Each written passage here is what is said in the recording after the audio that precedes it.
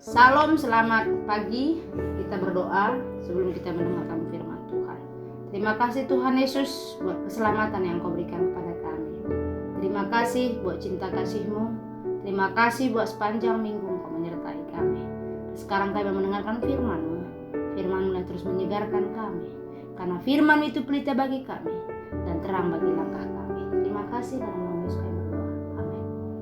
Saudara, apakah saudara membutuhkan keselamatan?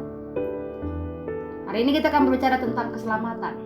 Dalam Roma 10 ayat 13 mengatakan, sebab barang siapa yang berseru kepada nama Tuhan akan diselamatkan.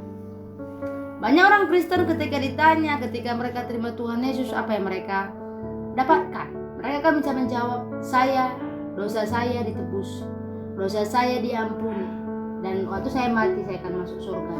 Tapi saudara, kita harus pahamin apa saja yang ada di balik keselamatan. Tidak sekedar menyelamatkan kita dari dosa atau kita diampuni atau kita masuk surga, ya. Tentu kita berbicara tentang menyelamatkan kita dari dosa itu pandangan yang sangat luas, pengertian yang sangat luas. Namun apa yang mau saya sampaikan hari ini, bahwa masih ada banyak orang Kristen tidak memahami makna dari keselamatan itu. Tuhan menciptakan langit dan bumi dengan firman. Dia adalah Allah dalam roh. Ya, manusia diciptakan menurut gambarnya.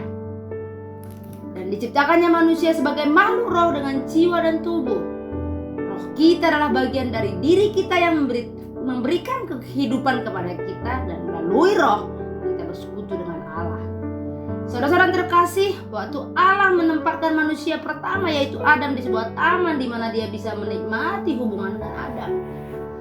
Tuhan menciptakan Adam supaya Tuhan memiliki hubungan dengan Adam. Adam diberikan istri yang bernama Hawa.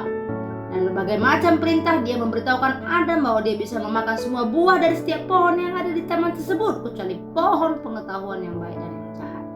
Jika dia makan buah pengetahuan yang baik dan yang jahat tersebut, maka buah itu akan membuatnya mati. Tiba saatnya di mana Adam tidak taat kepada Allah, memakan buah itu, dan hasilnya adalah bencana besar. Roh Adam mati. Ketika seseorang mati, dia kehilangan komunikasi dengan mereka yang masih hidup. Dan terjadi sebuah pemisahan. Jadi dalam kematian rohani, sebuah pemisahan terjadi antara Allah dengan manusia. Dan roh manusia tidak lagi mampu memiliki persekutuan dengan Allah. Roh manusia, Adam yang mati masih bisa berfungsi, tapi roh itu mulai berfungsi lepas dari Allah dan menjadi satu dengan iblis. Adam dan Hawa tidak mati secara fisik pada saat itu, tapi kematian roh mereka menghasilkan penderitaan emosional di hari-hari yang mereka jalani. Pada akhirnya terjadi kematian fisik. Saudara-saudara yang terkasih, ketidaktaatan mereka menghasilkan konsekuensi yang luas. Ketika mereka memiliki anak-anak itu dilahirkan dengan roh yang mati, diperbudak oleh dosa. Kematian dosa dan pemisahan dari Allah diturunkan dari generasi ke generasi melalui satu tindakan ketidaktaatan Adam. Semua manusia menjadi orang berdosa, budak dosa, berada di bawah muka Allah. Dan itulah membutuhkan keselamatan. Jadi tidak ada manusia yang tidak membutuhkan keselamatan, walaupun manusia tidak mengakui semua itu. Setiap pria dan wanita yang dilahirkan sesudah Adam mewarisi dosanya, dan itu membuat mereka berdosa. Manusia tidak dapat berhenti berbuat dosa, sama seperti seekor macan tutul yang tidak dapat mengubah bintik-bintiknya, saudara. Manusia tidak berdaya untuk menyelamatkan diri sendiri, karena itu kita membutuhkan keselamatan dari Tuhan. Seberapa besar pun upayanya, dia tidak akan dapat melepaskan dirinya dari dosa dan membayar hukuman untuk dosa yang telah dia lakukan, dan kelihatannya masalah itu tidak lagi memiliki solusi.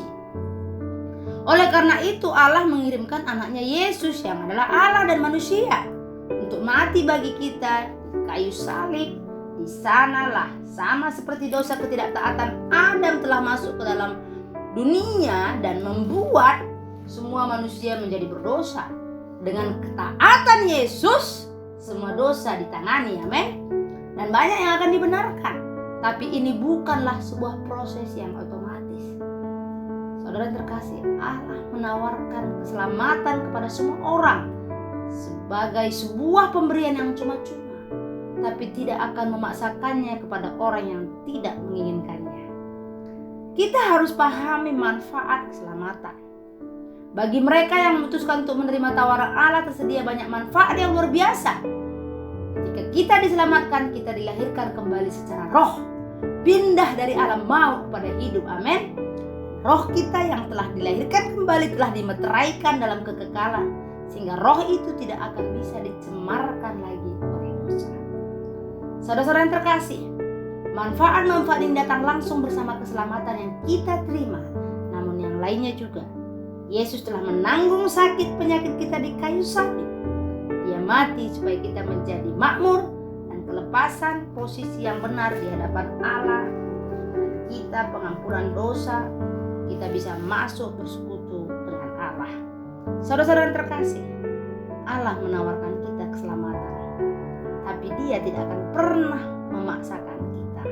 Jika kita merasa tidak membutuhkan keselamatan itu, maka kita tidak akan pernah menikmati apa makna dari keselamatan itu sendiri. Tuhan Yesus memberkati. Mari kita berdoa.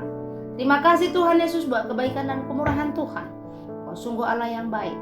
Terima kasih di kayu salib, Engkau tidak hanya mengampuni dosa kami, tidak hanya sekedar menuliskan nama kami dalam buku kehidupan-Mu waktu kami menerima Engkau. Itu adalah pekerjaan yang luar biasa Tuhan. Kau selesaikan dosa kami, tak ada satupun yang bisa kami buat untuk membalas semua itu. Tapi di balik itu Tuhan, pengetahuan kami yang sangat dangkal tentang itu, hari ini kami tahu kebenarannya, bahwa segala sakit penyakit kami Tuhan sudah selesaikan di kayu salib. Terima kasih sekali lagi Tuhan buat mati Engkau di kayu salib. Terima kasih buat pengorbanan yang begitu besar dan sempurna. Dan terlebih-lebih Bapa, terima kasih kalau kesembuhan, kesehatan adalah milik kami yang percaya kepada-Mu.